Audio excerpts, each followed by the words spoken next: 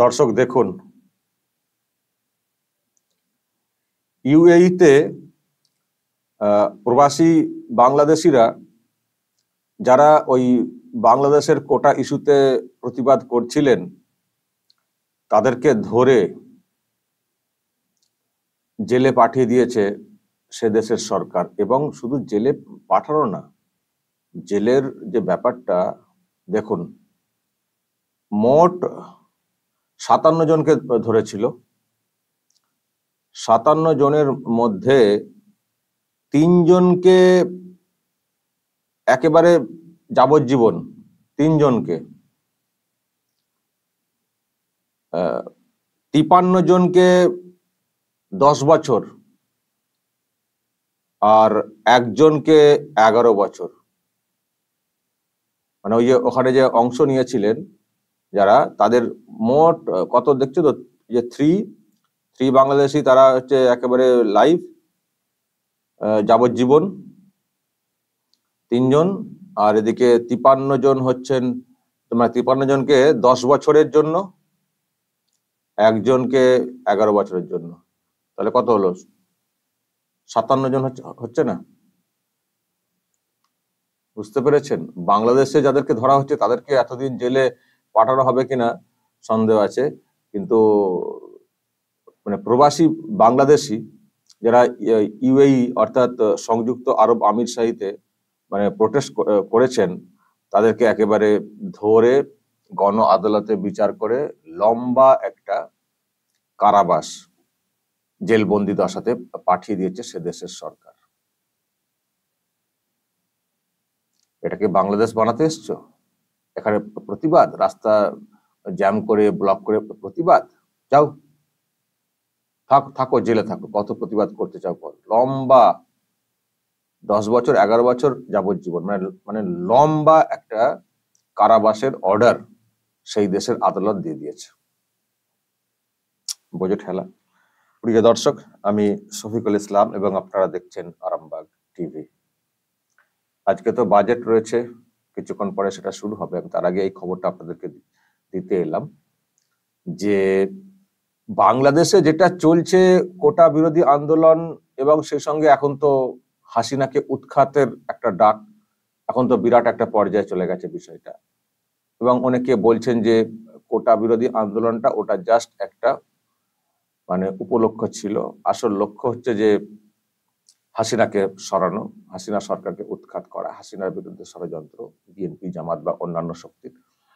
এটা তো ছিলই, এবং সেখানে তো এখনো উত্তাল অবস্থায় বলবো, যদিও বাংলাদেশ সরকার বলছে যে নিয়ন্ত্রণে চলে আসছে।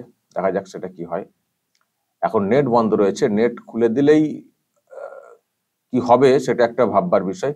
নেট খুলে দিলেই আবার সবাই, বাংলাদেশে দেখেছেন তো নেট আর ইউটিউবারে ভর্তি, তো সেখানে আবার কে কি মন্তব্য করবেন তার জেরে আবার পরিস্থিতি শান্তর দিকে এগোবে না আবার অগ্নিগর্ভ হয়ে উঠবে, সেটা দেখতে হবে। কারণ অনেকে মারা গেছেন, একটা সেন্টিমেন্ট তৈরি হয়েছে। যদিও সুপ্রিম কোর্ট একটা রফা করার চেষ্টা করেছে, 30% মুক্তিযোদ্ধাদের কোটা থেকে কমিয়ে 5%, কিন্তু সেটা নিয়েও প্রশ্ন ওখানে রয়েছে, নারীদের কেন সংরক্ষণ দেওয়া হয়নি ইত্যাদি। এবং সেই সঙ্গে পলিটিক্যাল পার্টিগুলোর একটা উদ্দেশ্য রয়েছে, যে এটা পরিষ্কার প্রকাশিত বলতে শুরু করে দিয়েছে বিএনপি থেকে শুরু করে অন্যরা, যে হাসিনাকে সরাতে হবে। ফলে ওখানে একটা উত্তাল পরিস্থিতি হচ্ছে। ওখানের দিকে আমরা নজর রাখছি, আমরা সব দিকটাই বলছি। হাসিনার যে ব্যাপারগুলো দেখার কথা সেটা উনি কেন দেখেন না সেটা নিয়েও যেমন বলছি, অন্য দলের অবস্থান নিয়েও বলছি, যা দেখছি তা বলছি। ওখানে সম্পর্কে আমাদের মানে দেশের অভ্যন্তরীণ বিষয়ে আমাদের নিজস্ব কোনো পক্ষপাতিত্ব এরকম কোনো ব্যাপার নেই। যা তথ্য আসছে, আসল তথ্য যেটা আসছে, আমি কোনো কারোর দিকে ঝুঁকে গিয়ে আমি কোনো কথা বলছি না, নিশ্চয়ই আপনারা ফলো করছেন। যেটা আসল তথ্য আসছে সেটা বলছি। আমি দেখছি আপনারা কেউ কেউ আমার বিরুদ্ধে দ্বিমত পোষণ করছেন, সেটা আপনাদের অধিকার, করতে পারেন, কিন্তু আমি যে কথাগুলো বলছি আসল রিয়েলিটি খতিয়ে দেখবেন, যে সত্য সেখানে যেগুলো ঘটছে সেগুলো বলছি। আমাদের হয়তো হাসিনার প্রতি একটা আলাদা সিম্প্যাথি আছে, হাসিনাকে আমরা ভারত বন্ধু বলে মনে করি, সেটা সেই জায়গা থেকে হয়তো আপনারা একতরফা হাসিনাকে সাপোর্ট করার চেষ্টা করছেন। ভারত বন্ধু হিসেবে ভারত সরকার যদি হাসিনাকে বন্ধু মনে করে, আমাদেরকেও সেটা মেনেই চলতে হবে, সেটা কোনো কথা না। কিন্তু তার মানে এই নয় যে হাসিনা যা করবেন, গণতন্ত্রকে ওখানে শেষ করে দেবেন, সেটাও একেবারে এক বাক্যে মেনে নেবো, সেটা মানতে পারা যাবে না। কারণ গণতন্ত্র না থাকলে কি হয়, সেটা আমরা নিজেরা ভুগি এই বাংলাতে যন্ত্রণাতে, আমরা ভুগি এই বাংলায় যন্ত্রণাতে। তো সুতরাং ওখানে হাসিনা সরকারের গণতন্ত্র প্রতিষ্ঠা করার ক্ষেত্রে প্রশ্ন রয়েছে। সে দেশের অন্যপন্থীদের উগ্রতা নিয়ে যেমন আমরা চিন্তিত, যে ওরা ক্ষমতা এলে কি হবে না হবে সেটা নিয়ে আমরা যেমন চিন্তিত, কিন্তু ওদেরকে ঠিক রেখে দেশকে ঠিক রাখা হাসিনার দায়িত্ব। দেশ ঠিক রেখে উনি প্রধানমন্ত্রী থাকুন, আমাদের বন্ধু থাকুন, খুব ভালো। তা নাহলে দেশকে অশান্ত করে নিজেই থাকতে পারবেন না দেশে, আর সেখানে আমাদেরকে আর কি বন্ধুত্ব রেখে কি করবেন? লন্ডনে চলে গিয়ে আর বন্ধুত্ব রেখে কিছু লাভ আছে? সুতরাং আমরা চাইবো উনি পরিস্থিতিকে নিয়ন্ত্রণে আনুন, আর গণতন্ত্র নিয়ে যে প্রশ্ন তৈরি হচ্ছে সেটাকে ঠিক করুন, দিয়ে নিয়ন্ত্রণে রাখুন, এটা আমরা চাইবো। দিয়ে ভারতেরও লাভ যদি আপনি ঠিক রেখে প্রধানমন্ত্রীর পদে টিকে থাকতে পারেন, ভালো কথা। কিন্তু যার যে মতই থাক, যে জনগোষ্ঠী, যে দেশ, যে এলাকা, গণতন্ত্র লুণ্ঠন করে কেউ ক্ষমতায় টিকে থাকলে সেটাকে আমরা কখনো সাপোর্ট করবো না। তাতে দর্শক, আপনারা যদি কেউ আমার প্রতি দ্বিমত পোষণ করেন করবেন, কিন্তু গণতন্ত্র আমরা যেভাবে কষ্ট পাচ্ছি এখানেও যেভাবে জোর করে ক্ষমতায় টিকে থাকা হয়, এই জায়গা থেকে, এই যন্ত্রণা থেকে আমার মধ্যে বিশেষ করে সেটা জেগেছে। সেই জন্য কেউ কেউ আপনারা দেখছি বলছেন যে আপনি জঙ্গি গোষ্ঠীকে সাপোর্ট করছেন, একটা অসম্ভব কথা বলছেন। যদি রাগের জায়গা থেকে বলে থাকেন বলতে পারেন। শফিকুল ইসলাম কি কি কি কিসের সমর্থক, কি মতের সমর্থক, কি চাই, যদি এতদিন পরেও আপনাদেরকে আমি বোঝাতে না পারি, তাহলে আর কিছু করার নেই। আমি একটাই বলছি সবসময়, যে হাসিনা বন্ধু ঠিক আছে, কিন্তু তুমি দেশকে ঠিক না রাখতে পারো, তাহলে তোমার সঙ্গে বন্ধুত্ব করে কি লাভ? এটা ঠিক রাখুন। আর এই সুযোগ কেন আসবে, কেন বিচ্ছিন্নতাবাদী শক্তিগুলো তোমার সুযোগ নেবে? তুমি এইরকম এর জন্য কেন সুযোগ নেবে? এটা ঠিক না। তো সেটা ঠিক রাখতে হবে। তো দেখা যাক, সেই সরকার চেষ্টা করছে, কালকে একটা ঘোষণা দিয়েছে যে আমরা নিয়ন্ত্রণে নিয়ে চলে আসছি, সেটা আনলে বেটার, নো ডাউট, কোনো প্রবলেম নেই। কিন্তু আবার আমি এটাও বলি যে বাংলাদেশে যারা প্রোটেস্ট করছেন, কোটা বিরোধী আন্দোলনের যে প্রোটেস্ট, সেটা করছেন মানে কোটার মানে মূল যে আন্দোলনটা বলছি, যেটা নিয়ে প্রশ্ন তৈরি হয়েছে এখন, যে মূল আন্দোলনটা এখন ওটা নেই, কিন্তু মূল যে আন্দোলনটা কোটার, সেটার আমিও খানিকটা যুক্তি খুঁজে পেয়েছিলাম, যে যারা মুক্তিযোদ্ধা করেছেন তার নাতিপুতিরা মানে জেনারেশনের পর জেনারেশন সুযোগ পেয়ে যাবেন চাকরি বাকরিতে। এটা কেন? এত বছর দেশটা স্বাধীন হয়ে গেল, তারপরে সবার ঘরে তো বাচ্চা জন্মাচ্ছে, কেন ওদের ঘরে জন্মালে একেবারে সৌভাগ্য নিয়ে জন্মাবেন? এটা ঠিক না। তো এটা যাই হোক, সুপ্রিম কোর্ট একটা বিচার করে দিয়েছে, 30% থেকে 5% নামিয়ে এসছে। এই 5%ও কেন থাকবে সেটা নিয়েও প্রশ্ন রয়েছে।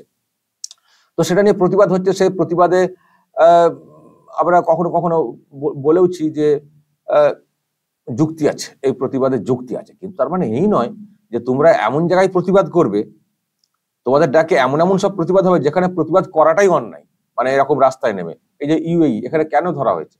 এখানে ধরা হয়েছে এই জন্য, ওই দেশে এই ধরনের কর্মসূচি নিষিদ্ধ, কড়াভাবে ঘোষণা। তুমি যদি সেটাকেও মনে করো বাংলাদেশ এখানে প্রতিবাদ করছে বলে ওখানেও প্রতিবাদ করব, এটা ঠিক না। যে দেশে থাকবে সে দেশের আইন মেনে চলতে হবে। আরো অন্যান্য দেশে যেমন হচ্ছে, সেখানকার দেশ অ্যালাউ করলে ঠিক আছে, আমাদের দেশেও প্রতিবাদ হয়, অ্যালাউ হয়, কিন্তু যে দেশে থাকতে হবে সেই দেশের নিয়মটা মেনে চলতে হবে। যে দেশে থাকবেন কর্মসূত্রে বা কোনোভাবে, সে দেশের নিয়মটা মেনে চলতে হবে। সব জায়গাটাকেই বাংলাদেশ মনে করবে, সেটা মনে করলে তো চলবে না। যে এরকম কোটা বিরোধী আন্দোলন হচ্ছে, আমরাও লেগে পড়ি, আমরাও আছি, এখানেও নেমে পড়ি, যেটা অন্যান্য দেশে নেওয়ার চেষ্টা হচ্ছে, ওই রকম করলে চলবে না।